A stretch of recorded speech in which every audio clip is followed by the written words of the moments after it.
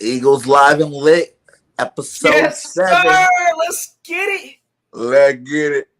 Hey, you already know how we bringing it. Y'all already know. Live and lit coming at y'all. Let's get it.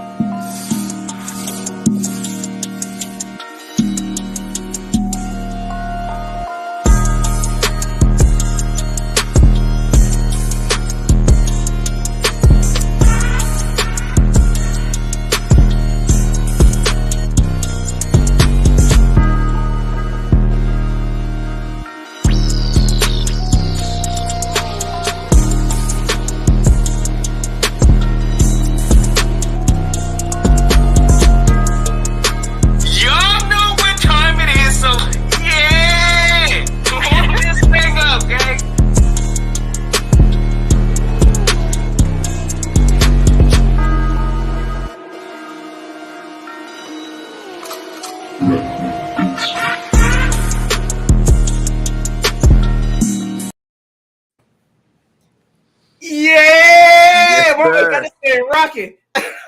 Right? Shout out to Cool Cat Comics for another amazing intro. Hey, salute the Cool Cat for that one. You already know my man came out here with the fire extinguisher because it's live and lit, and y'all know how we coming at y'all. Hey, you already know. Yeah, warm this thing up, gang. You know what time it is. You know you on what you know you rocking with. It's your boy Billy Notion and my God Bird Gang. Hey, shout out to what? Hey, Nikki, I know she in travel right now. Safe travels to you. Hope all's well through that. But you know we still rocking it because that's what we do for the Eagle Gang. But hey, let's check this 4K on them real quick because you know, hey, Lambo, check, ring, check. Y'all know we in there, gang. So if y'all new to this channel, new to my brother's ride, y'all make sure y'all check Nikki out also. Y'all know what to do. Go hit that subscribe because y'all know we coming at it. Hey, let's go have some fun, my G. You already know. Trivia's coming at y'all today, so y'all be ready. Yeah. We got some Eagles trivia. So all you Eagle fans and just Philadelphia fans in general, we're going to mostly stick to the Eagles, though. We got some trivia for you guys. We're going to see how well you guys know your Philadelphia Eagles with some of the questions we're going to be dropping. Today, man, you know, we were going to do a mock draft with Nikki, but Nikki is in travels, safe travels for you. So we might skip out on a mock draft, but we got some things to talk about here. One of the things that we had on Birds of Broad Street yesterday, I was like, you know what? I really want to dig down a little bit deeper into this. It's the weapons for Jalen Hurts. Like everybody, you're on the fence. Half the people want Jalen, half the people don't want Jalen. Half people think that we don't have enough weapons. Half the people think we're good. What do you think?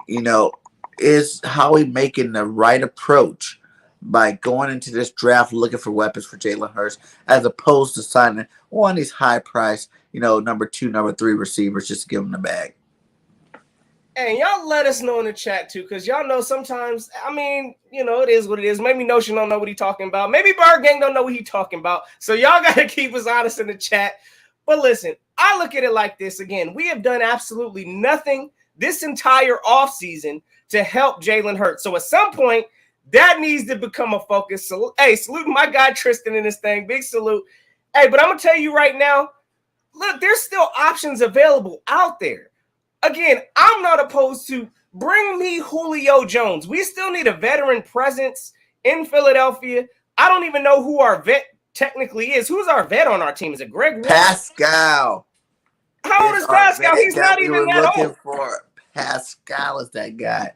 Look, again, regardless. That's what he is right now for us. He's a vet right now for us.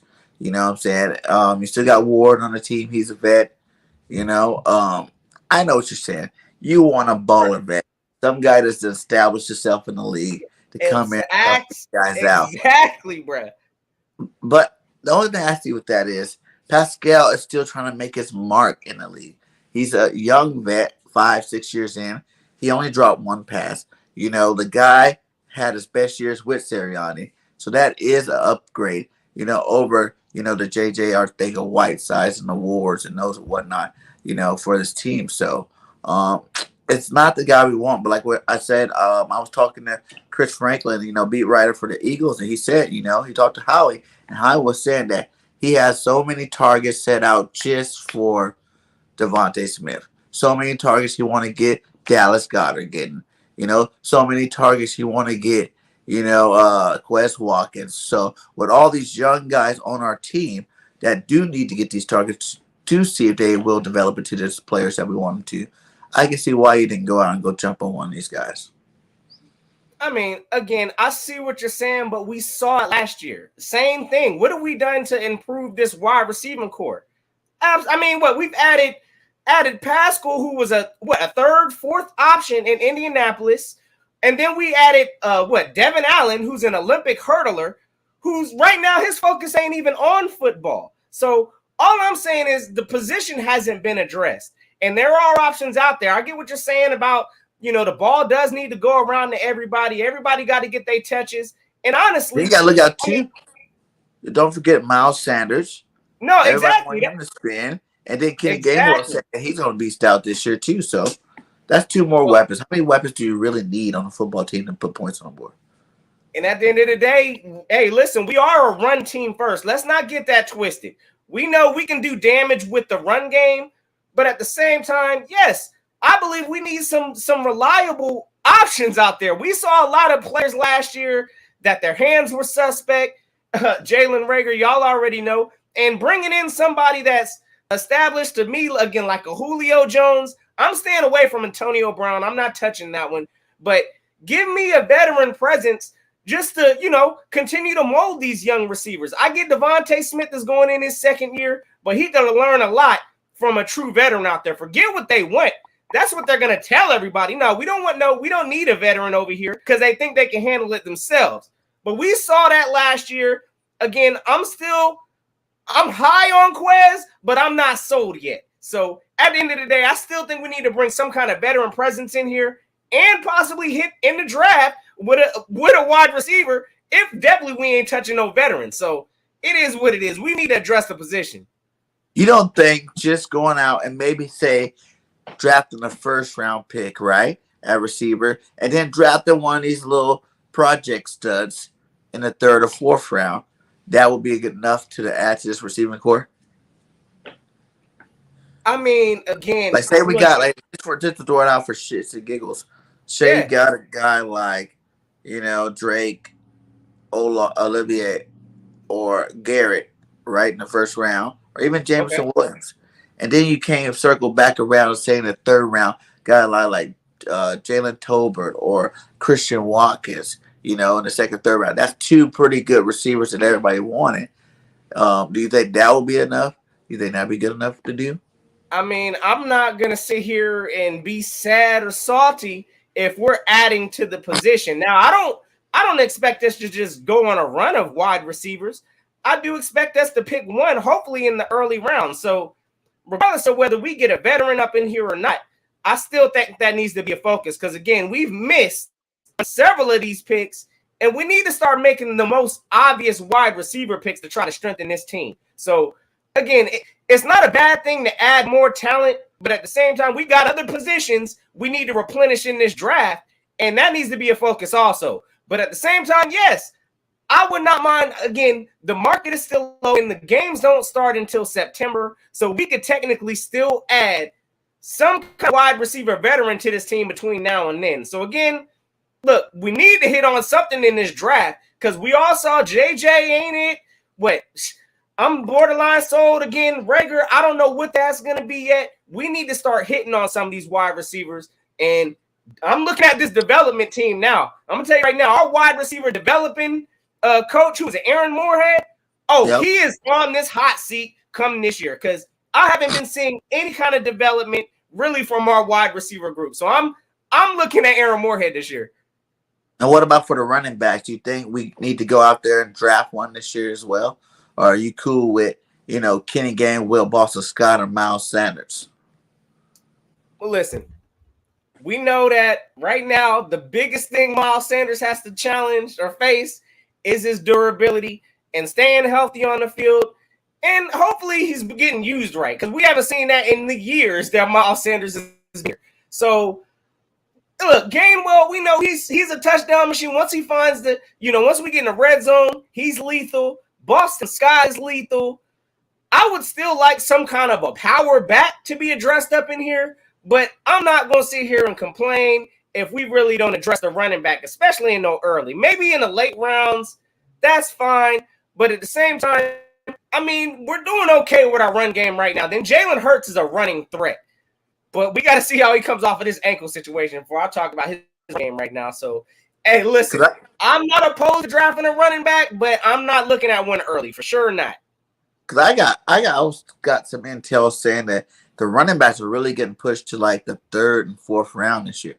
So like even the guys like Bryce Hall or even Kenny Walker, those guys might not even go off the board in the first 2 rounds until the 3rd round. You know, if something like that happened, would you go use one of them 3rd round picks, run up there and snatch yourself Bryce Hall or Walker the 3rd, just to make sure you got a legit backup?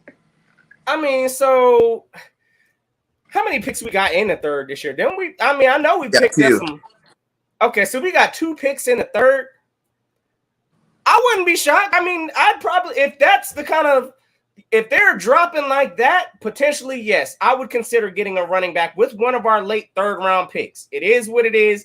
But yes, that's the strength of our Walker team. There, you won't use the early one? I don't. Come on, you see this guy ball out. Hey, listen, I'm gonna tell you right now. If Kenneth Walker's there, I'd consider that definitely. I still think we got other needs to be addressing than running back. But again, that's the strength of this team. 3rd round hit, we already had how many picks? 3.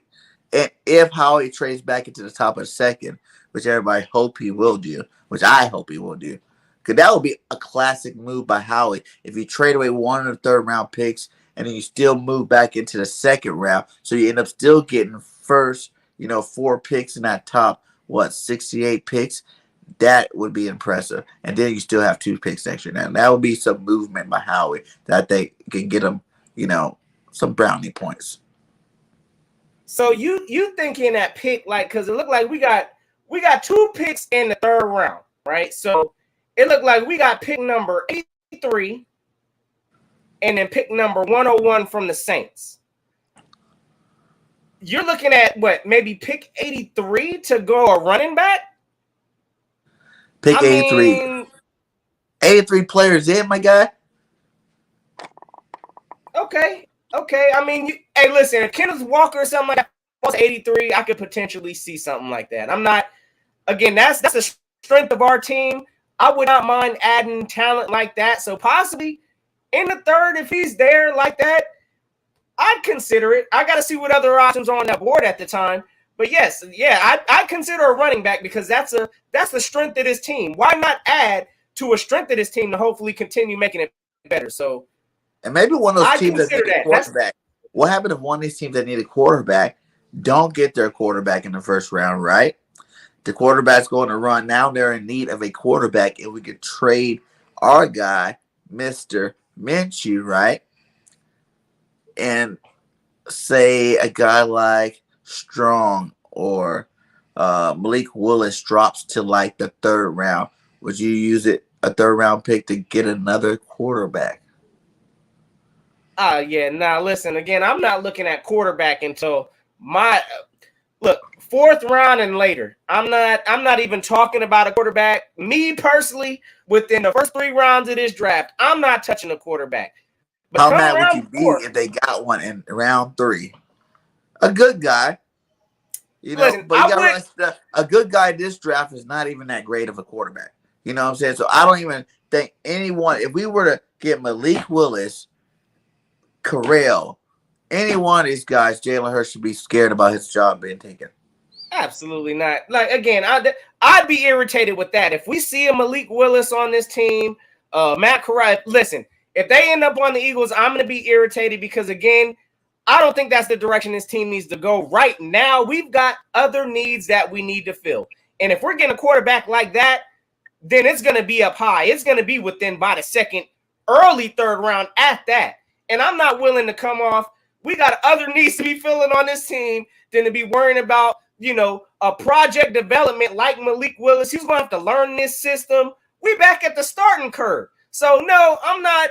We're all in right now with Jalen Hurts. If this fails come next year, oh, absolutely, we could talk about, all the quarterbacks that's going to be available then. So I'm not on this quarterback train this year unless it's after the fourth, which again, I can see that anything after the fourth is development for me.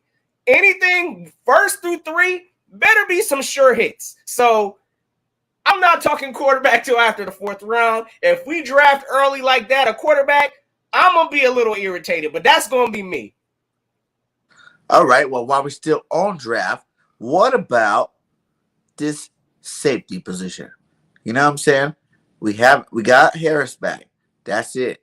McLeod's with the Colts. He's gone. Bye-bye. Hey, shout out to you, McLeod. Great things with the Eagles. Got that Super Bowl without you, my guy. But what about, the controversy is, do you want to go old school with a veteran that's proven, who's still playing at a high level? Last year, Honey Badger had a great season, or would you want to go one of these younger guys? For me, the only guy in this draft, like, I know there's some good safeties. There's only like two guys, one to be early and one to be late. You know what I'm saying? Like, these are only two safeties I would probably, I'm not hating on any of the other safeties. I'm just saying that I would want the Eagles to actually really aggressively make a move for. If you go get Hamilton, obviously. Hamilton's a once-in-a-generation type safety. You know what I'm saying? Like, you move up, you go get Hamilton, that'll be tight, right? But if you don't do that, like, say if Hamilton dropped to the 8th or 9th, then move up and get him. But if you don't do that, then wait till like the late second, early first, and go grab my boy Smoke Monday. I know a lot of people hate on his coverage skills, but I feel like in the defense that we play, he will work out really good, and he can lay that wood. I love, linebackers and cornerbacks and whatnot that can go hit somebody. Hey, look, again, a safety position also. We know that needs to be addressed. Right now, honestly, I would have been okay with us signing McLeod. I know a lot of people are on the Honey Badger. Again, if the money's right, cool. I'm with that also. But, I mean, again, I think we need to start developing our own talent in-house with some of these draft picks. And there's a couple selections early. I mean, you got Kyle Hamilton, Daxton Hill. I'm even hearing, you might even find some value with somewhere. Nick Cross, I think, is up in there somewhere. My man says Smoke Monday. I think a safety, if we don't get Kyle Hamilton in the early rounds, hey, we need to start looking at safety in the later rounds. I'm saying maybe like round 3. I'm not looking at the safety position and the cornerback position.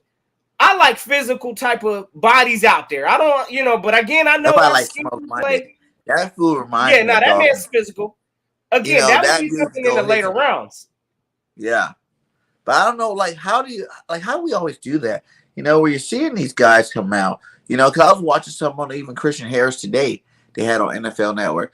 It was about how they did the Alabama Pro Day. He's flying all over the place. He's a 3-down linebacker. He's physical. He can cover everybody. But no one's talking about this guy in the first round. I said, I wouldn't even be mad if we used the 18 pick on Christian Harris. For real, I watched this guy play football. And last year he still had 7.5 sacks as a middle linebacker. You know what I'm saying? He played outside and a middle linebacker. He was a middle linebacker last year because the other linebacker came, took the outside role, played it good. And he still had 7.5 sacks, he puts pressure on. He's over 6 feet tall. He can cover tight ends, slots, all that stuff. I'm really confused why people are hating on this guy, Christian Harris. And again, I know what you're saying about his physicality. Of course, I cannot question Christian Harris's physicality. That boy from Bama, he's definitely got a physical mindset. But I heard, and I'd have to, again, I didn't watch a whole bunch of Bama. I'm not going to sit here and act like it. But at the same time, the coverage was his question. And look, I know right now that's kind of the scheme that we play. But we did just pick up Kazir White, who I think is a great coverage linebacker that can kind of mask some of that, some of that coverage stuff. So but that's what they even said today. Christian Harris play physical. In that interview, that's what they said. They said putting him together with a guy like Kaiser White would be great for our defense because they're both coverage linebackers. Christian Harris is the best cover linebacker in the draft. He's better than Dean. He's better than Lloyd. Go look at the tape. You know what I'm saying? Lloyd had better numbers overall than Christian and Dean completely. So this is how I break them down. Dean's the smallest. He got he got hard. He won a championship. He's a true middle linebacker, right? So that's why I really like Dean. Short arms, but I feel like there's too many good shorter linebackers that came in and dominated to just discredit his skill and say that he can't come in and play for some good football. So I like Dean. And then you got Lloyd. He's the bigger, more athletic freak out of all of them. His athleticism is what really puts him into the coverage talk. Like in terms of him actually covering that many people, he came after the passer. He had better numbers. He like doubles both of their numbers. What he did in college because he played at a weaker school. You know what I'm saying? So that's what to be expected. Him playing at a weaker school and dominating. But he was more of an all around type guy. But Harris is that guy from the prominent school, bigger than Dean, an inch shorter than Lloyd. So he's like right there in the middle, perfect. He's stockier, bigger size, guy who's also ran a 4.40 plus can cover sideline to sideline, 3 down back. Look at all the Alabama linebackers that came in over the last couple of years. Like, which one of them sucked? I'll wait, while you guys look that up, like it doesn't happen.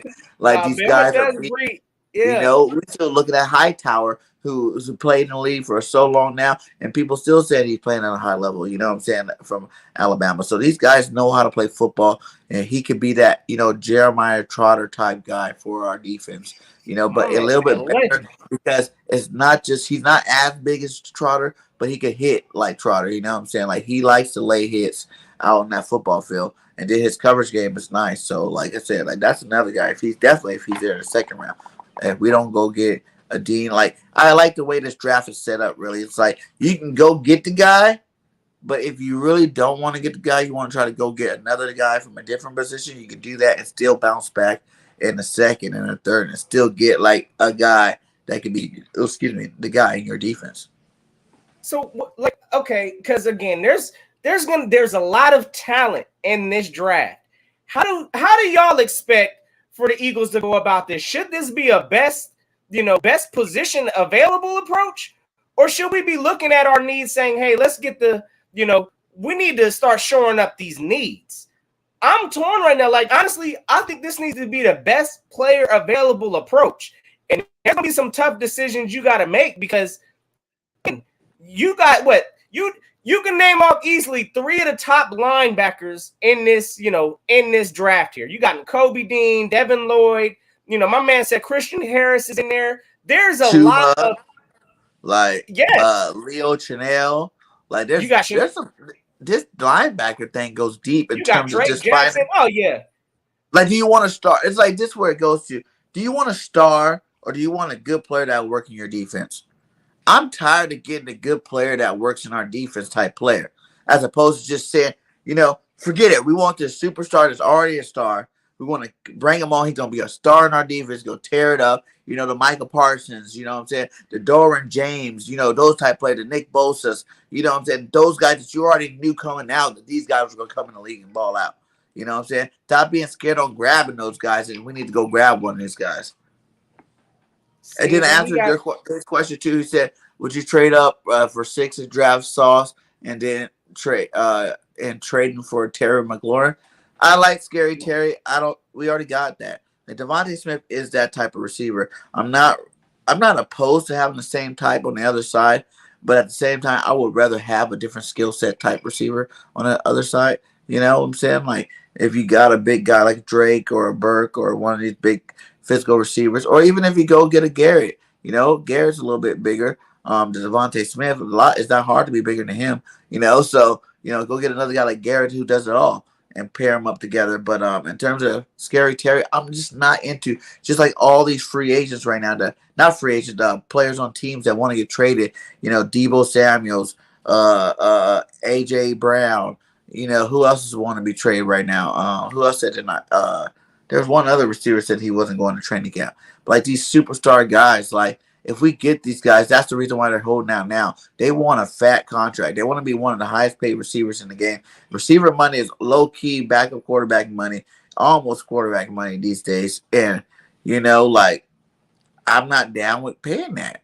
You can front end it, you can back end it, you can do whatever you want. Meaning we still got to pay that much money for anybody. You can pay the gamble of like, the salary cap's gonna go up every single year, so I could just go ahead and get them now and then hope that the salary cap goes up so we have more money to spend. Or You know, you can get a nice young guy that you're going to get a high level of production from right off the jump for the next 5 years, maximum paying them $5 million, $4 to $5 million, as a first round pick, and bring these guys in. I wouldn't even care if you double dip. You know what I'm saying? Like I said, get one in the first, get one in the second. Just to make sure you got two that are legit to add to this roster, and we have great receivers moving forward from here on out. You know what I'm saying? So I know you just mentioned something, and honestly, I know a lot of people probably ain't gonna like my thought on this, but a lot of people have been, and I get Sauce Gardner, and all the trade talks and all of this stuff. Honestly, team, like I'm gonna tell y'all right now, I'm really not with getting a cornerback in the first round. And I'm going to tell y'all why. Because, first of all right, we have had no kind of success with draft history with developing cornerbacks that I've seen. I mean, to this point. Again, Darius Slay came over here already developed. We had to go get Steven Nelson to try to shore up our cornerbacks last year. Listen, even before that, our cornerbacks have been sus. And looking at history and just, the way things go in the draft, a lot of first round corners, that's a lot of pressure to be coming in. And honestly, I'm not really waiting and being patient this year, while our corners are getting toasted out there, because a rookie cornerback, is going to get toasted, especially in the first round. Who got drafted last year in the first round, matter of fact? Surtain balled out. Okay. Now, he rarely got burned this year. He was pretty good. A physical cornerback like Surtain. Surtain was a physical cornerback. Sauce Gardner, in my opinion, he's a coverage cornerback, but he's not really like physical. I give Derek Stingley a physical more approach than Sauce. And by looking at the tape, a lot of these coverage linebackers or these cover corners, they're going to be toasted during their rookie year, just learning the dynamics of the NFL. So I'm really not with spending a first rounder on a cornerback just because I got concerns about how my team develops cornerbacks. But at the same time, we gotta do something. How can you say that though, Notion? The first year in this defense, Big Play Slay has the best year he's ever had. Okay, again, Darius Slay was already a Pro Bowler before he came here. Garbage the year before. Okay, timeout. No, okay, yeah, he was a little garbage due to the scheme that we was playing and the pressure that we put on him. But at the same time, listen, he already had the developmental skills before he got here. Darius Slay knew how to play corner. And right now, who's our cornerback coach? Is it Gannon? I guess he's the guru supposedly. I ain't seen it yet. And I'm not with just drafting. I know we could probably do something with our edges and our linebackers. I know we need that, but cornerback, that's a gamble. And right now, I'm not gambling with none of these first round picks. I need a sure day one impact starter with my number or my first round picks. That's all I'm saying. And I don't think you find them though, so you go get them in the first round. Those are really the only ones that. Only one I would get in the first round is Derek Stingley. Third or fourth round corners that came in and been like Pro Bowler status. You know what I'm saying? They always come in the first round. You got to go out and go get those boys. You know what I'm saying? Like those are the guys you got to go get. And every rookie will stumble some plays for sure. But every corner in general, we watched Jalen Ramsey, who's questionably the best corner in the league and been that way for a while, get toasted in the Super Bowl. You know what I'm saying? Like he got roasted over and over again. So it's going to happen. But the fact that you got a skilled guy plus Darius Slay, he is getting up there in age. You're looking at maybe 2 more years. Maybe 2. 3 tops. I'm just saying, listen, if there's talent available there, I'm not trading up for no Sauce Gardner. I'm sorry. I'm not doing it. I'm not even trading up for Derek Stingley. But again, if I'm picking a cornerback in this first round, it's probably going to be Derek because I like his physical approach. And again, I do think Darius Slay, of course, he's going to handle his own side. And as long as we figure out a way, we still got a safety position too.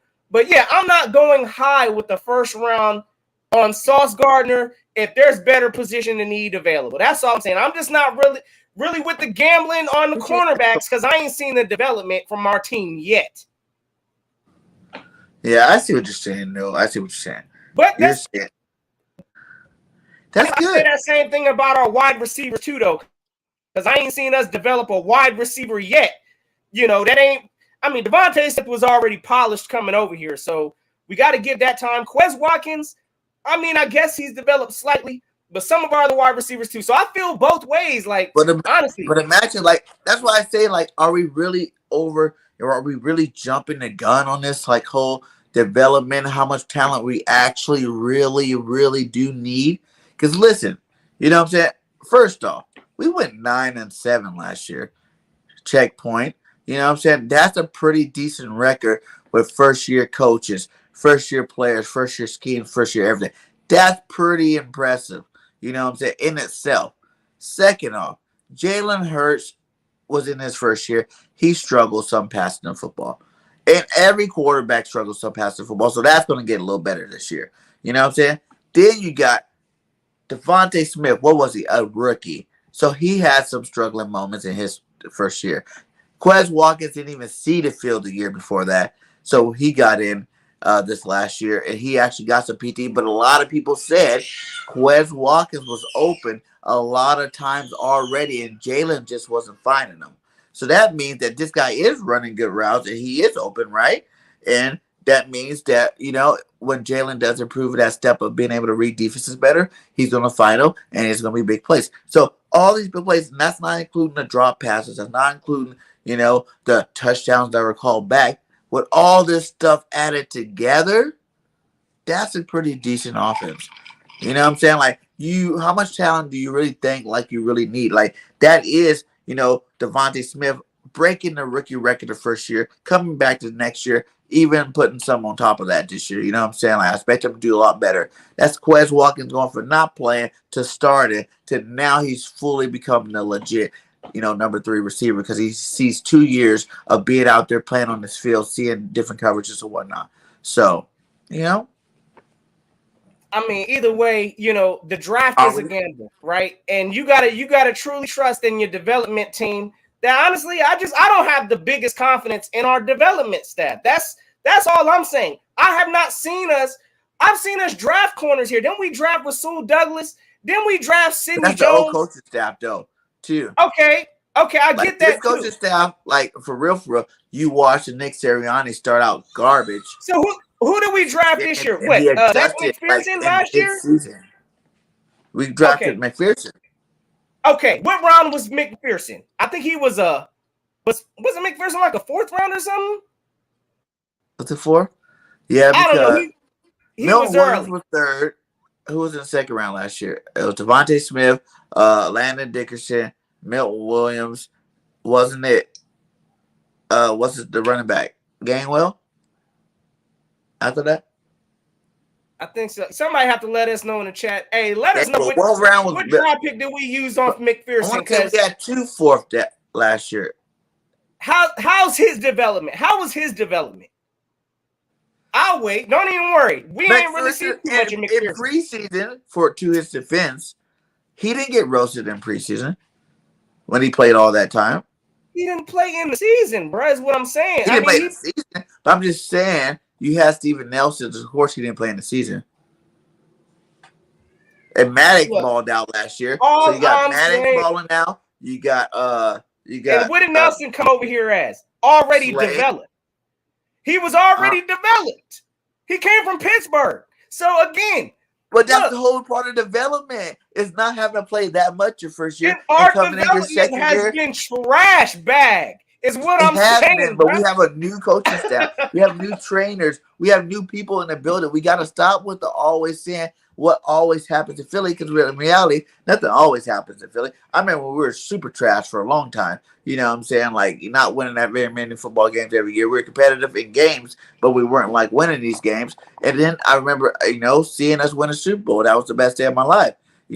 So it's like there's nothing that's consistent. So, we can't really say that these guys don't get better this year. Again, I'm not trying to sway us on not getting a corner. Again, that's a position that we need. I get that. I just don't personally have the confidence. I ain't seen it yet from our cornerback position. And again, Sauce, I get he's probably Is he the best? Would you say he's the best coverage cornerback in this class? I don't know, man. Okay. I'm really going back to what everybody said in the beginning. Cause remember how when the draft first started talking, everyone's like Stingley, and then like, well, Stingley didn't play that good last year. You know what I'm saying? Stingley didn't play that good the last couple of years. It's only his freshman tape everybody talking about. But then you see Stingley come out on this pro day and look pretty awesome again. And you know how there's some players that they peaked their rookie year, their freshman year, and then they have all right season because that year was just too hard to replace. You can't continuously do years like that because that's how impressive it was. And I feel like that's kind of what's going on here with Stingley. And I think Stingley's going to drop a little bit. And if I was the Eagles, Stingley make it past 10, I'm going to go get him. Okay, so let me ask you this. Who's the best coverage corner in last year's draft? Cause I know we was talking a lot about some of us wanted Asante Samuel Jr. like he needed to come over here. How did he do last year? No, he did good. How did he do? All those. The only one that you can probably say didn't do great, and because he was hurt, was the dude that went to Carolina, Horn. JC, okay. Horn, you can buy, and I think when he did play, he played all right. He was a rookie, but he played pretty good. But I'm just saying those other ones that played like Surtain and what's that dude's name? We just said from the Chargers, Asante Samuel Jr. They played some good football, my guy. Like they were top cornerbacks in the league this year. All I'm saying, listen, again, I know we need to figure it out how to develop. But looking at history on this team, but when last time Eagles went up and got a first-round cornerback? That's the question you ask. You can't talk about the second and third and fourth and fifth round guys. When we went up there and got a first-round cornerback, like this is our stud. That's why those guys balled out, because they were bona fide studs. That's what I'm saying. We need to, if we're gonna not spend all this money on free agent and overpay players and all this whatnot, you need to go get the bona fide studs. That it doesn't matter what team they're on, doesn't matter what offense they're in, doesn't matter what defense they're in. They are ball players. You know what I'm saying? Like you plug and play players, and in the first round, that's where you do that. That's why I was really adamant about keeping all 3 first-round picks and drafting 3 of them. And really, it's not even that, because you could, again, this is what I'm saying. Looking at the players that fall, if there's a D tackle, out there sitting, or a D end or somebody out there, I'm taking that before I take the corner, because I at least know that we could develop some end talent. I'm taking a linebacker before I take a corner. There's a lot of things that I'm just saying. I'm probably taking a wide receiver before I take a corner in the early rounds is all I'm saying. Again, corner is just a gamble. You could expect for your rookie corner to look like burnt toast for majority of the year while they're learning. And again, I just don't think this is the year for that. So we definitely need to get a corner up in here. Again, I'm just not with trading up to go get one, or even early first round. I think there's going to be better talent available at positions. Like I'm with you on that. Like we don't need to be honest. I wouldn't trade up for no player in this draft. Not one. I'll let you answer your question, but I'll tell you. No. Yeah, salute. Hey, okay. So salute to AK Eagles Podcast. Big salute. Hey, listen. All right. So the question is, Notion, in your opinion, are the Eagles in mode, or are they looking to 2 years down the road? So right now, how I feel, and y'all know I'm one of the most turned up Eagle fans on here. And listen, I still think we got a shot. Don't get that twisted. But at the same time, I got to see how this team gels, because again, I'm not sold on our defense. I really think our defense is going to be our Achilles heel. And the offense right now, until we address and put some more weapons around, I would say take a focus to put some weapons around Jalen Hurts. Listen, I'm not going to say Super Bowl yet, but we're going to see how this season is going to rock, because I do think we got a chance to take this division. And it starts there. That's how Super Bowl teams are built, is through the season. And if we can handle our business throughout the season, y'all already know. Get ready for the turn up, because, yeah, I'm going to be bumping that horn. But I don't know right now. I'm not looking 2 years down the road. I'm looking at this year, and this year I need to see some kind of positive results. So we going to see, brother, but we ain't canceled out. I'm going to tell you that. And I think we're kind of in both. You know what I'm saying? Like, I feel like it's a wait and see in both. Like, we keep saying we want these players to develop, right? But we're still so quick to try to want to replace the same players. You know what I'm saying? Like, you can't replace these players and then expect them to develop them. If we go get a big guy like one of these Christian Kurtz, you know, Allen, a Woods, one of these guys, guess what? Quest just got bumped out of the roster. You know what I'm saying? Like, he got bumped out. I know it's say, oh, well, it should be easier for him because he's now in a third corner, a linebacker, safety, or whatnot. Yes, that might be true, but you're not getting as many targets anymore. If you don't get the ball thrown to you, you're not going to put up big numbers. So I think we're at a time where we need to develop. And like this guy says, like, we had young coaches last year. You know, shout out to her swag call. We need to get some batting in tonight later. But yeah, you know, we have young players, and that's the only way you're going to develop it. The whole scheme could be a little bit changed now. Now that they went through a whole year, they're going to X out the plays that didn't work and add in new plays that think they're going to work. You know, that's just hard. That's part of regression. You know, and a lot of these players being able to have the same verbiage for the second year in a row is going to be huge for every single player from last year's roster onto this. No matter what, whether they got that much better or not, it's still they're going to be that much better than they were last year, just off that simple fact alone that they're not learning some new verbiage. Like, that's a whole new foreign language when you get a new playbook thrown at you. So I just heard you say, you know, if we get like talent like you know, like a Jameson or something like that, or, you know, just add to the wide receiver group, you're concerned because, you know, what Quez Watkins is going to get knocked down on the chart? I don't care. I want. Listen, I'm not concerned. I'm not concerned, but then at that point, you can't say we don't develop people if you keep replacing them. Again, bro, look, I get that we got to sit here. We have to figure it out how to develop this talent. And again, look, by us having a veteran wide receiver or whoever gets added to this team should not stop that mentality. But we got one. We got Pascal. He's a veteran in Nick Sirianni's scheme. Oh my God! He can probably he's coming in. We don't have to teach this guy nothing. Like, he already knows maybe some of the new tweaks that he made from Indy, but he already knows the premise of what Nick Sirianni wants as a receiver. He almost, as a third receiver, the guy almost had 700 yards 2 times in a row with Nick Sirianni. You know what I'm saying? Like, that's all we need him to do. If he doesn't hit no drops and he has 700 yards for our team this year, then that means he balled out for us, because that's all we need him to do. And it's a great season. And we're probably winning some football games. Let us know in the chat. Are y'all drinking this Pascal? He's the veteran we need here? I mean, my man said he's an established veteran from Nick Sirianni's offense. One drop in your career in 5 years. Okay, bro. Hey, listen, like, I'm hoping even see that. Like, people don't even understand that one little freaking piece of information right there.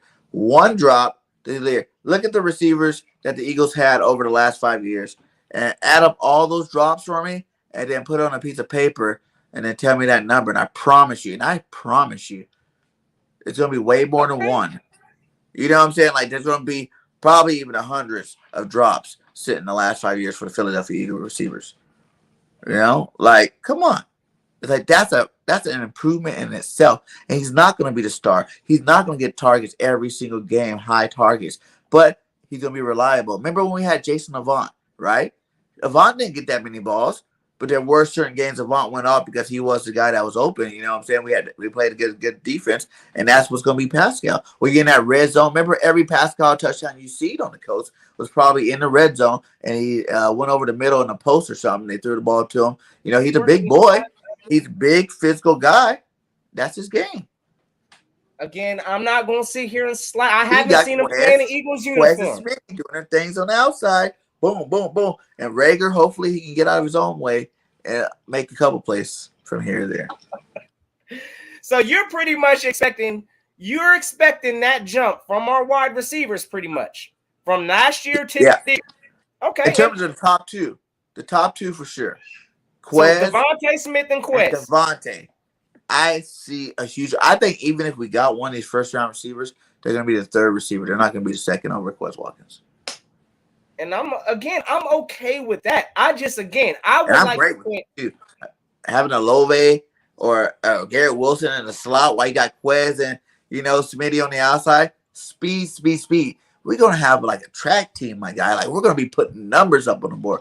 Jalen's going to get it, guys. Like, I promise you, the 23-year-old is going to get it. Give him a second. You know what I'm saying? Like everybody's like, oh, he never developed as a passer. Well, you had a new playbook every year he tried to develop, and he had a great year with Oklahoma. So skip all that noise with Jalen not being able to do it. Jalen with 2 years in a row in the same offense, this dude's going to be able to know the offense inside out and now come to that next level. You know how it is when you play anything. When you learn a new game, any new game you learn, right? You learn it, and like you might have been all right that first time playing it, like, all right, now I got a feel for it. Now let me see what I can do. You know, after you did it for a year, I promise you come play that same game, you're balling out. You know what I'm saying? You're doing your thing now. You know, you're making up the new thing. You're taking it to that next level. So salute T. Lewisburg gang. You already know this is the kind of vibes I'm feeling here. Rather draft one in the first, we have to replace JJ and Rager. Pascal not a world beater either. We need better talent regardless. That's all I'm saying. If there's a way to add more talent and start cycling out this garbage that we have here, because I still don't know why JJ is on this roster. There is no way we need to even bring him to training camp or none of that. So listen, we need to start making a better plea on helping Jalen Hurts out with giving him some wide receivers, because we haven't done it with none of the previous quarterbacks. This is Jalen Hurts pretty much evaluation year, whatever you want to call it, and I think he deserves more talent. I really think we around. put more of that being an evaluation year there. It really is being. You know what I'm saying? Because this whole step, we've been a step behind in terms of that. You know, even before we said anybody even made a decision, oh, it's Jalen here. I think they knew Jalen was coming back. You know what I'm saying? They told Jalen for the end of last year that you're our starting quarterback next year before any kind of noise come out. You know what I'm saying? Like we like to drink the Kool-Aid a lot. And I don't even think this is an evaluation year. I think they expect Jalen to take that next step. And if Jalen takes that next step, these two receivers, especially our top two, Dallas Goedert, Miles Sanders, those top 4 game-changing players take that next step, then we straight. We straight. Think about it. If Devontae Smith is like one of the best receivers in the game, right? Quez Watkins dominating on the long ball, making big plays. You know what I'm saying? Dallas Goedert catching everything over the middle, showing that he is a top 5, tight end in the game. Miles Sanders finally having a Pro Bowl type running back season that we all expect him to do. You add all that stuff up, who else needs the ball for real, for real? I mean, it sounds good. It sounds good. But who else needs the ball? You got to bank on them sometime. Listen, again, the curtain's unveiled, right? Like, so this last year and the year before, we didn't know what Jalen was. Last year, we were all coming to this. I know I was hyped off the train, thinking this team was going to be a, complete running threat. We about to have 2 wide receivers breaking 1,000+ yards. Oh, I was drinking all of that Kool-Aid last year.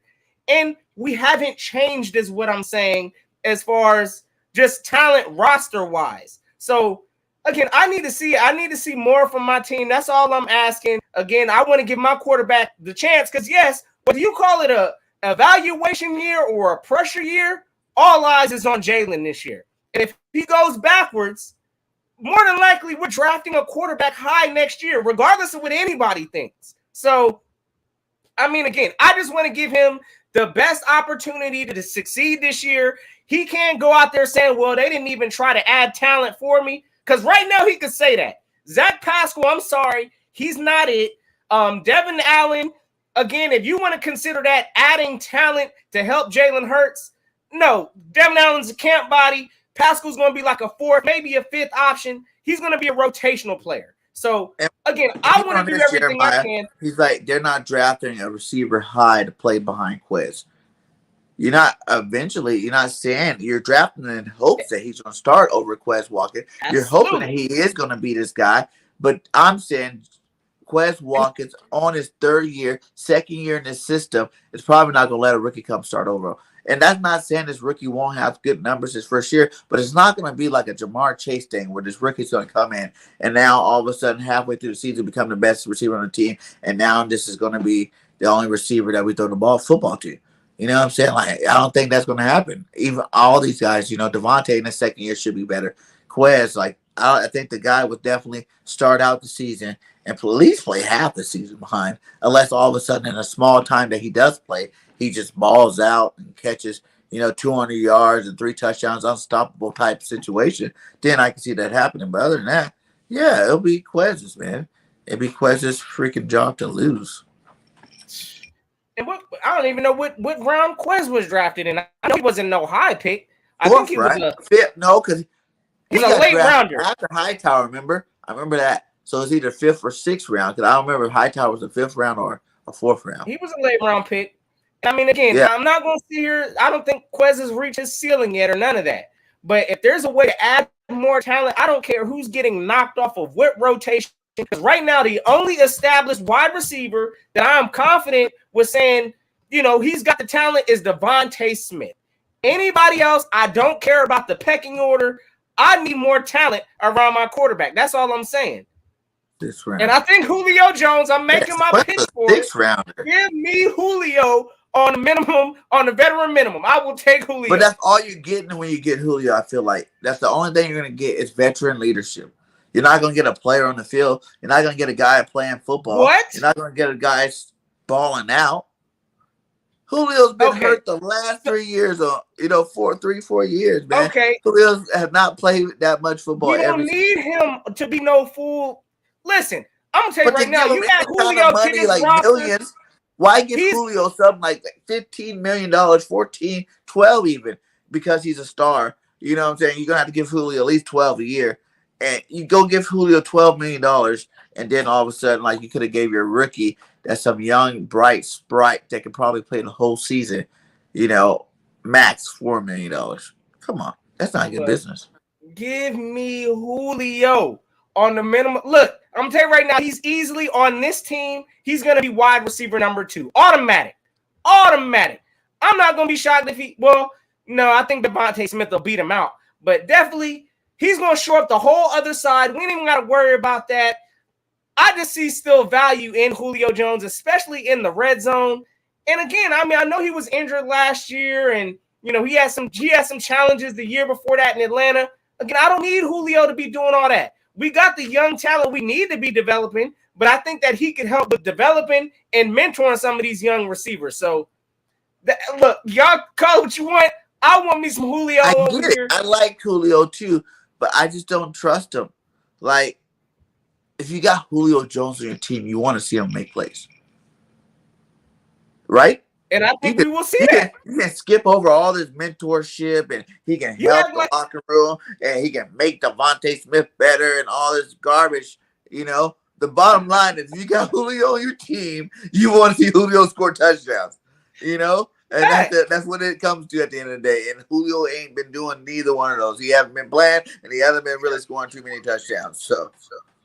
I mean, again, listen, out of all the options out there right now, I would possibly go out there. I'd look at Julio. I mean, again, if he's coming over here with the mindset that, yes, his career is declining, it's about time to start taking that secondary seat. He's no longer just the number one, go out there and torch a team up, which I still think he can. He's torched us for years. So let's not act like everybody forgot who Julio Jones is all of a sudden. But, yeah, I mean, I'm not worrying about – look, my man says he's going to take playing time from Quez. I don't care. I do. Quez is more explosive than Julio Jones. If Julio Jones is out here balling and is scoring touchdowns, he deserves to stay on the field. I would like That's to see all that. I'm saying. Someone look it up for me. Who had better stats last year, Julio Jones or Quez Watkins? Look that up. Hold on. Yeah, that's a good question. It's probably Quez. Look that way. Ain't by no long stretch. Again, Julio, he didn't have his best. But I think how many yards he had last year? Let me check that real quick. Check it out. Yeah, y'all let us know. Somebody probably quicker on to check me, but I definitely know Julio ain't rack up even close to 1,000, maybe even half of that. I don't even know. And Quez, he picked up like 800 maybe. Look up that too when you're looking at those numbers because I don't recall him. I remember he missed a lot of time last year.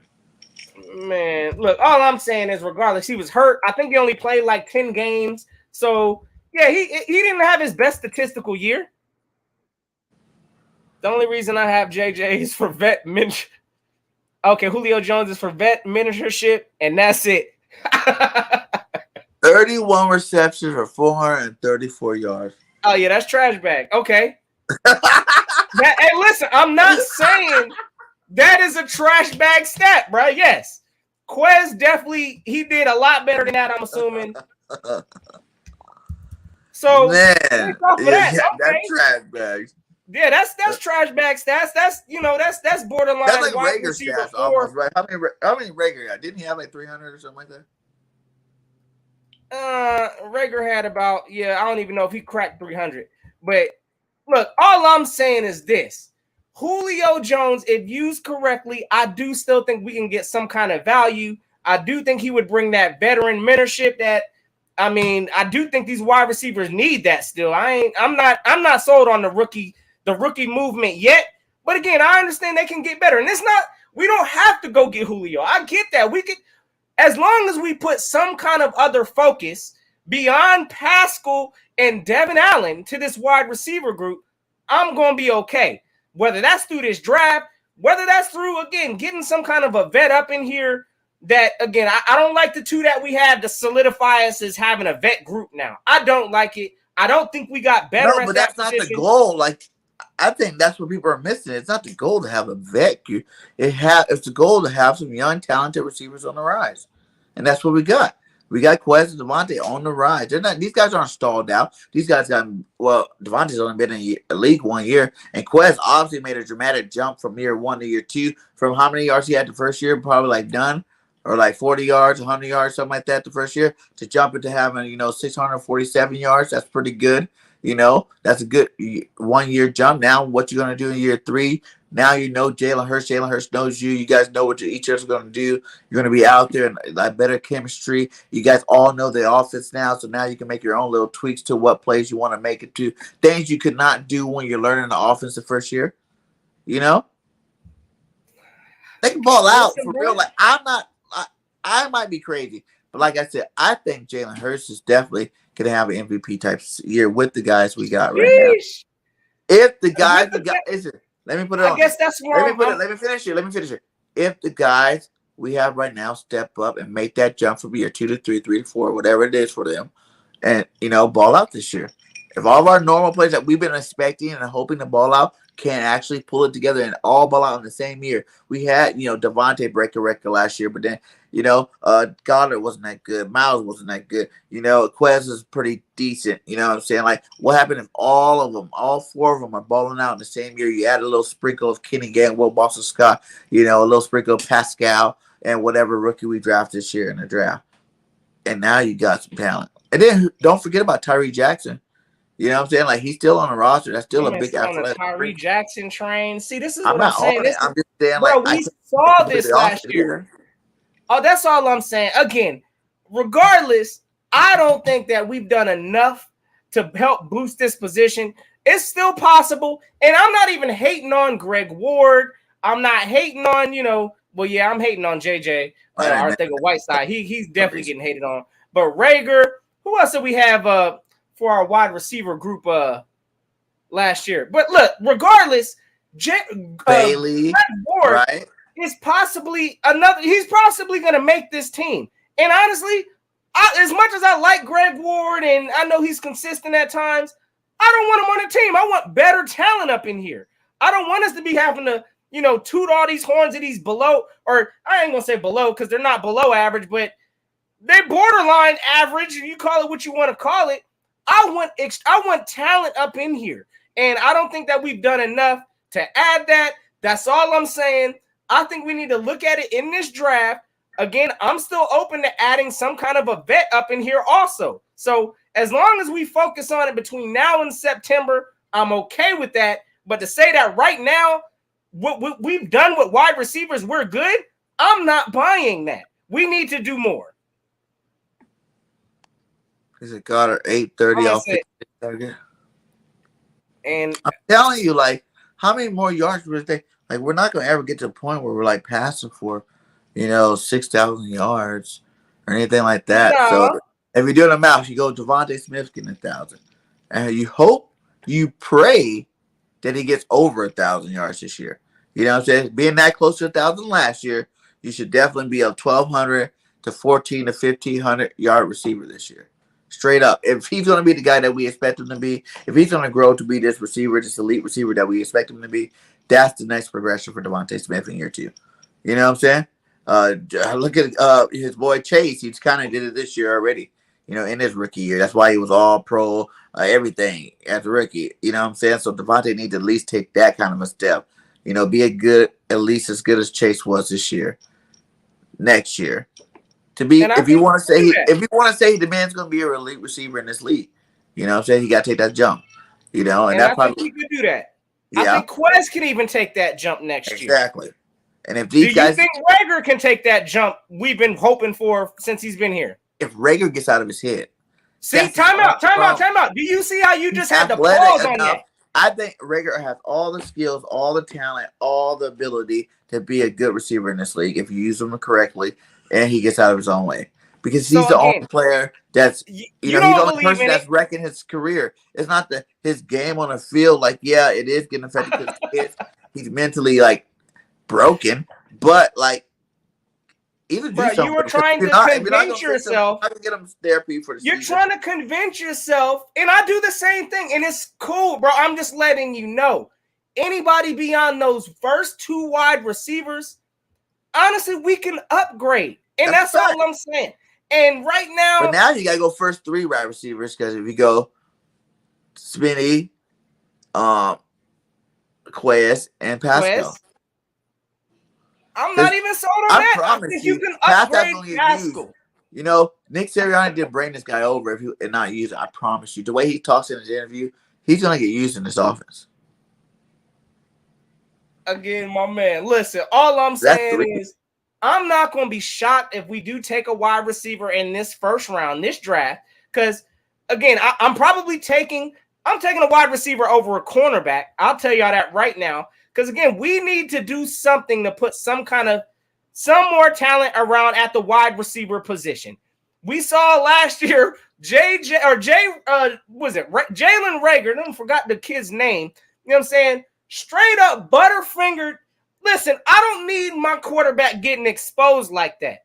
Give me somebody out there that can catch. I don't see Pascal stretching the field like that. But come on, everybody wants to talk about the drops of Rick, and I get it, and I hate his response. That's what we seen, bro. This ain't what we just making up talking about. Of Rager for the drops, it's just 2 catches. No, they were game-winning catches. You should have caught it. Clutch. Okay, but listen, no clutch. That whole preseason, we're all on the Rager train when we see them doing one-hand touchdown balls on freaking, the Patriots and whatnot. Do you see freaking him running through the slot, running all these different kind of routes, scoring touchdowns? Everybody was on a Rager train. There wasn't all this hate for Rager.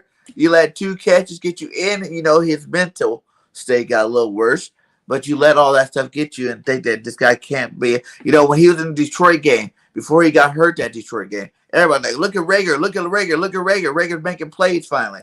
You know what I'm saying? What about the touchdown? Was it the Denver game where he got, 2 people went to hit him, he caught it, still landed on his feet and scored a touchdown? Like, he's made some plays to punt return the year before. Like, he's made some plays. It's not that he can't. It's more and more mental with this guy. And if you can break that, and as an organization, you get paid. You pay people millions of dollars to figure this stuff out. They need to figure it out with this guy. Because if you don't, then you have to trade him. What's the use of keeping him if you're not going to help him with his problem? You're just going to let him keep this problem, and then you're just keeping him for no reason, and he's not going to play good, and it's going to be a waste of a draft pick. Or you trade him because right now this is the highest stock you're going to get for him because people might say, okay, it's only been 2 years. Maybe we can fix him. Let's bring him in while he's still young. He's still got potential to be good. And then he fixing their offense a lot better. And you got to scheme the guy open more, which Nick Sirianni needs to work on getting better at. And I think he's going to be a lot better at that in year 2. Hey, listen, man. Again, I'm with your plan, and I'm hoping. I just hope that we are not done at the wide receiver position. That's all. That's my bottom line. First round receiver. Don't get me wrong, my guy. Like, okay. Drake London. Hello, London. That's that dude. London. Yeah, if he's there. I promise everybody, man. Like, and you taking Drake? You taking Drake over Sauce? Yes, I am. Drake. Okay. Yeah, me too. Me too, though. Like I feel like Sauce is that guy. Like it was cool when we were talking. Like remember in the very beginning, we were talking on Sauce like 19. Pick 19, pick 16. You know what I'm saying? Like it wasn't all this like, oh, we got to trade up to get Sauce. So now, like, I feel like now that you're bringing all that extra, we got to trade up to, get Sauce type stuff. Like, I don't think he's worth it. I want Elam. Elam's my favorite corner in this draft. You know what I'm saying? I think people are really sleeping on him. He's a physical corner. He's tall. He played for Florida. You know what I'm saying? Like, he plays some good football. He went against a lot of good people, man. Like, and you don't have to reach for him. He's going to drop right there in your lap. You know what I'm saying? It's going to be like, oh, let's go get Kyrie Elam from Florida right there. Now you solved your cornerback problems. Like, I feel like too many of these positions, like the DN, the cornerback, the receiver, the DT, you know what I'm saying? Like the linebacker, all these guys, the first 2 to 3 rounds, like you can really lock in and get a good player to come in and help your football team. Honestly, it's all about start from day one. What position do you value the most once it's your time to pick? Because there's going to be a lot of talent available. Again, I think the very first approach focus does still need to be defense. We still need to shore that up. But offense also, that needs to be addressed also. So again, corner safety, or linebacker are your number one needs on defense. Which one would you pick first? And I'm saying you can pick any one out of those 3 positions. Like if you say Cal Hamilton flipped to 15, you can pick Cal Hamilton, that's my pick. That's who I want. Or are you going Sauce or Gardner or Stingley, or are you going like a Kobe Dean, Lloyd or Harris? Like, what would you do with that 15 pick? Again, if for whatever reason, which I don't see any scenarios of him falling to us, because again, I'm not trading up for him either, but I would gladly, and I would turn that card in so quick on Kyle Hamilton. I want that safety. That would be I think he's got generational skills that he could definitely be a long-time member of this Philadelphia Eagles team as a good safety. So I would make that first round pick in a heartbeat. But regardless, I'm still looking defense approach here. So yeah, linebacker. I mean, that's something else I'm looking at. I mean, definitely we need to do that. But I know our GM, he ain't really linebacker focused. But that's the stuff that got to change it. He says he's doing a different route. Well, I hope, brother. That's all I'm saying. I hope that maybe Howie's woke up. Maybe he woke up. What would be the ultimate? Did tell me the 2 positions that would be ultimate: 16, 15, and what? 18. Right? That's where we are.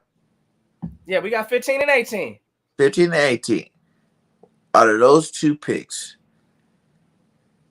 what would be the best combination? I know you said we need defense. Like, is it in linebacker, cornerback, safety, cornerback, linebacker, cornerback in? If you just say the Eagles could make an instant impact with our defense today, today's draft day, what 2 players are you drafting that can make instant impact? All right, y'all let us know in the chat also, because we're gonna rock a quick trivia real quick, you know what I'm saying, before we get up out of here also. But y'all let us know what's the best combination for our number 15 and number 18 pick. I'm going to tell you right now, I would be looking at best value. I'm going linebacker and wide receiver. First round. Both 15 and 18. Linebacker and a wide receiver. We're going to address the defense first and then the offense also. That's my approach. Chris R said Booth and Lloyd. So my man's going cornerback and linebacker. Both defense. First round. Okay. Let me see. He said cornerback and receiver. And wide receiver.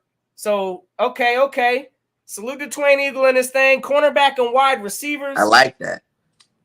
Imagine if Stingley drops at 15, so you go defense and offense. And then you got like Olave or Williams or Drake London, one of these guys that fell to the freaking 18th. That would be a good first round. Because then, like I said, you still got linebackers and DTs. DNs in the second round you can pick up. And how far is the job going to fall? Is it going to fall past the second round? People are saying this guy's falling to like the third round now. And I was like, no way he's leaving out of the first, and now they're like, he might be a third rounder this year because of that injury. And it happened so late. If you got Jordan Davis and then go pick up Elam or Booth or one of these guys, that'd be nice. Okay. I like that. I like that. I like a D tackle also potentially, depending on again what values out there. But yeah, Is defensive it focus. just Davis, or are you Wyatt too, or another one of these GTs, or just Davis? That's the only one you pick at 15. I mean, at 15, as far as what? As far as tackles right there? Yeah. I mean, let me see what. Probably at 15, consider Davis if he's there. But as far as, I mean, you got Walker Rosso. I mean, he He's the ain't, end you know, though. I mean, I can see the end also. I'm sorry. You got like, I say like somebody like, nah.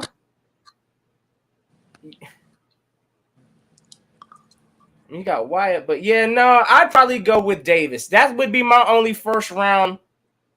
My only first round considered of a D tackle. If he slips somehow, I gotta look what other talent is available. But I wouldn't be shocked. I wouldn't be opposed to that. But again, I just think he's gonna be the best impactful player on this team. That's something we'll have to wait, and that's a development project. He's gonna be behind Fletcher, and again, I mean, we got Hargrave out there. Yeah, I wouldn't mind having it, but at the same time, that's probably not the most impactful pick at that spot. So it is what it is. I gotta look at it. Man, like you talking about pure dominance. I feel wide receiver Minchie, Bum Drake. Yes, there's gonna be a lot of wide receivers that are gonna be possibly falling. Also, people hate on him. They do hate on him. Definitely cornerback and linebacker. Everybody got this defense focus, and again, look, I haven't seen it from my team yet develop a cornerback, so that's why I pause on getting a cornerback in the first round. That's just my personal opinion. I haven't seen it yet from the development side. I can hope for that this year, that maybe they're going to develop, our cornerbacks that we draft. But I haven't seen it yet, and I'm not gambling in the first round on a cornerback. But that's just me. All right, my guy. Well, hey, yeah, we're about that time. You want to do a couple of these questions? Let's get a couple questions. Let's rock it out, man. I might need some help from the chat. We need you guys to make sure you help Notion out. We're gonna see how Philly friendly are you guys. Do you guys know the birds for real, or are you guys just posers? Let's go. Okay, let's see here. This should be an easy one. What defensive tackle in the first round was killed in a car accident in 1992, 5 years into his Eagles career? Oh, you said this is a defensive end? Defensive tackle. Defensive tackle. Hold up. And what year was this? This is 1992. 92. This ain't Brown, is it? No. Let me see. I don't know if I want to turn in the ticket. I'm gonna say Brown. That's the first one, number 99. Hold up, Survey says Jerome Brown. You are right, no. Hey, good job. Let's go. Who's first on the go through? Yes, sir. All right, we got Chris Hart. Oh, my man stay on top of his stuff. Big salute. Yes, he does. Uncle Nasty. Hey, I can't with your name, bro. That's big salute. My man Jerome Brown, Master P. Yes, sir. Okay. Yeah, that was an easy one. Okay. Let's see if I can get something. Who retired in 2002, holding the NFL record for career rushing yards by a quarterback? 4,928. Oh, this was in 2002? Run that question back one more time, because I think I'm thinking Vic here. Honestly, that's my. Wait. All right, let me hear the question. You said run. You want to hear the question, or you want to answer the question? You can answer it. I'll let you answer it. You can. Let me get the question again. Here we go again. All right. Who retired in 2002, holding the NFL record for career rushing yards by a quarterback with 4,928 yards? He retired in 2002? Nah, that wasn't Vic, because Vic was still out there balling, so... Oh... Is it McNabb? No, McNabb didn't retire no 4 or no 2 because he was in a Super Bowl in 4. I have no idea, brother. What, Randall? Cunning? Is it Randall? Oh, yeah, it's got to be the Randall. I'm going with Randall on this. Oh, yes, sir. It's got to be Randall, bro. Oh, hey, salute. Wow, Notion. Like, he's the best. He's the GOAT. Let's say Diamond McNabb, and we got Vic up in here. Come on, Randall Cunningham. He retired. We've had some runners in Philadelphia, bro. Let's see if we got no kicker question. Here we go. This is going to be old school. So only the true Eagle fans will probably know this. Here we go. Let's see. What barefoot kicker played for the Eagles from 1979 to 1983? Huh? My man said a barefoot kicker. Oh, yeah. My goodness. Hey, listen, I'm going to tell you right now. Yeah, I'm going to need the chat to save me. I need a save on this. Here we go. Maybe the second time you hear it might ring a bell. The barefoot kicker. What I'm sure he had a nickname too. He was like the barefoot assassin or something like that. From 1979 to 1983. 79 to 83. 4 years he was going strong with the barefoot. I have no idea. I'm going to go ahead and call the line because I don't know. It don't even look like my chat knows. Oh, hold on. Chat, can you guys help Notion out? Hey, hold up. I got my line though. Salute my guy, Master P. We going Tony Franklin. Oh, hold up. Before I turn in the card, I've been having some confidence in my guy, Chris R. So I don't know yet. Which one are you going to go with? Which one are you going to go with? On the first one. I'm going Master P. on this one. We're going Tony Franklin. Tony Franklin is the right answer. Good job, Notion. So what's that, 2? I think that was that was 3. That's 3. That's 3. Let's see if you can get to 5. Here we go. All right. Okay. All right. Hey, it's all Gucci school. We gonna make it, bro. We gonna make it still. Okay, I got an easy one. And chat, wait, let Notion ask for help first before you drop the answer if he does not get this one. Because he better get this one. Here we go. In 2013, what running back led the NFL and set an Eagles single season record with 1,607 yards rushing? Shady. Somebody says LaShawn. I'm going Shady. You already know. Yeah, that's one of my all-time favorite backs. So yeah, I can't. I was like, no help from the chat on that one. Yes, sir. Okay, I got a good one. Here we go. Further AM, yes, indeed. Here we go. Another. Here we go. At what position? Hey, hold on. Before you read that, you got a correction. My man Roberto Garcia said Cunningham retired in 01. So what you know? He retired in 02 is what the card said. Hey, salute. All right. So here we go. Salute my guy Vega in this thing. You already know, man. We get to it, man. Having some fun with it. Big D. Pause. Okay, here we go. At what position did Brian Evans accumulate over 800 tackles for the Eagles from 1987 to 1994? Ooh, that's okay. How many? Okay, run that question back one more time. I heard Evans.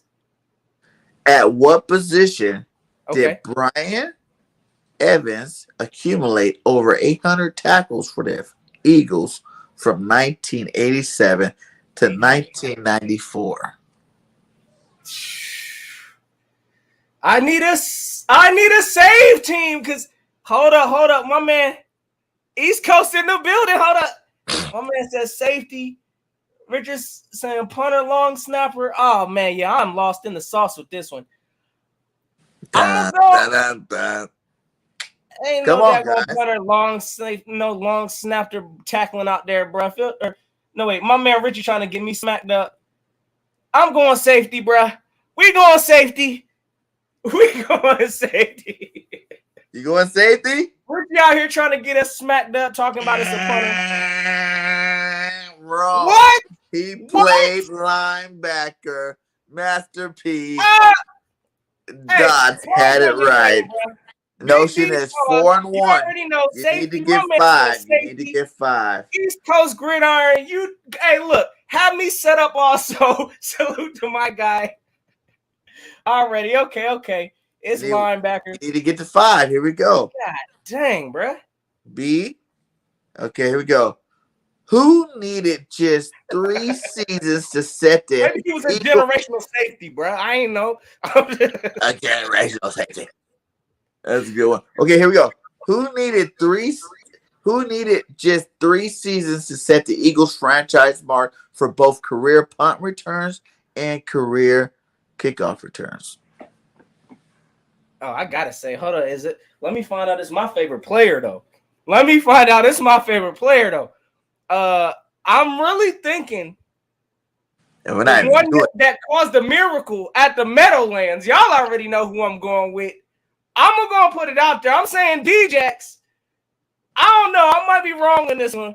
Hey, run the question back one more time. Let me hear it. One more time. Here we go. Who needed just 3 seasons to set the Eagles franchise mark for both career punt returns and career return yards? Kick return. Oh, yeah. I'm turn the card in. Let's go, D-Jax. Let's go. I'm feeling that. Hold up. Let me see who we got. We got D-Jax. D-Jax. We got D-Jax again. I can't think of another lethal return specialist on this team. Is that your answer? I'm turning in the card, bro. Yes. Deshaun Jackson. Let's go.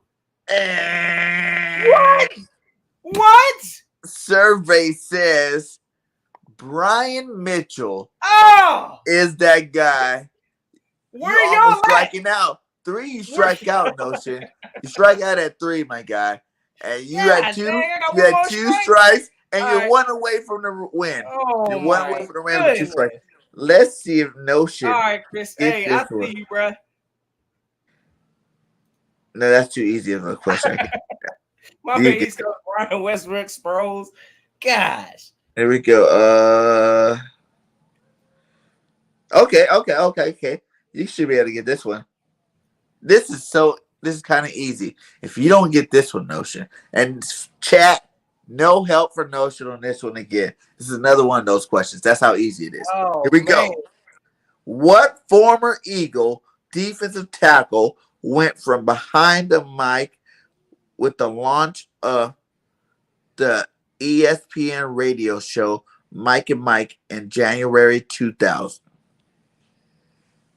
What? Hold up, run the question back again. You said this was easy. Hold on a minute.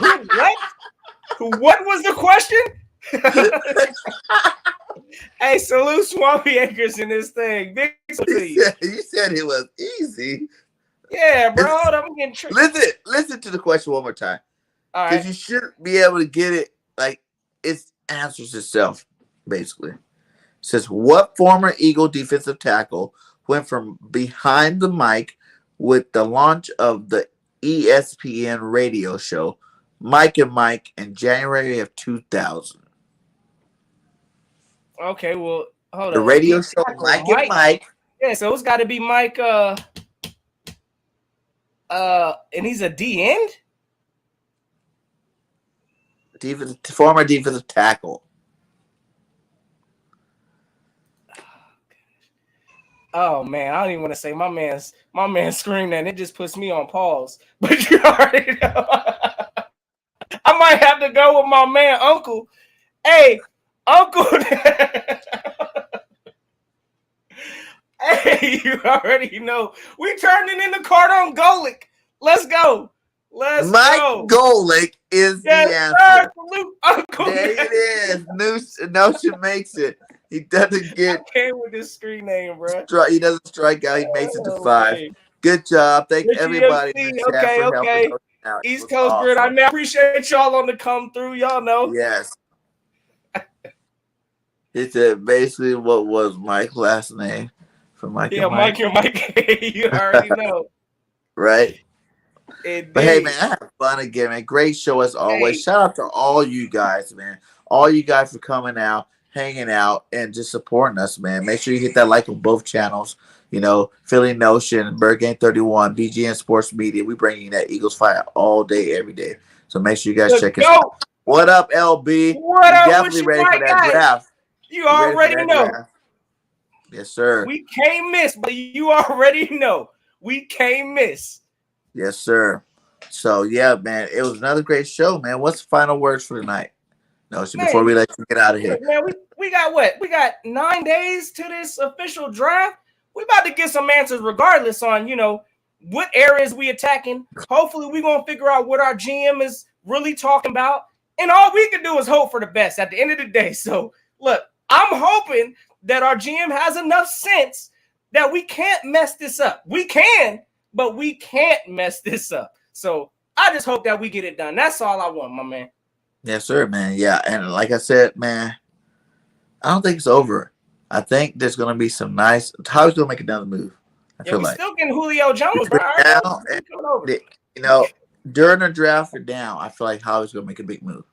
So I think he's gonna make a move somewhere. It's gonna be one of the moves that we're not even talking about. Like no one's talking about. Cause that's how he works. You know, we all talk about these moves, and then he comes with this move. Like, oh, that was tight too. You know what I'm saying? So I think that's how he's gonna do it. And watch out, Eagles, because I think that with just the progress alone, the development of Jalen Hurts, year 2 for Devontae Smith, Quest Watkins, year 3, year 2 in the same system, Hurts in the same system, Sirianni being play calling for the same system for, he'd be able to upgrade that scheme that he had from last year, Gannon being able to understand the people that he has around him and, make that professional leap himself and make him become a good, defensive coordinator. I think that the sky's the limit with our team. A lot of these veteran guys are going to play their last year this year.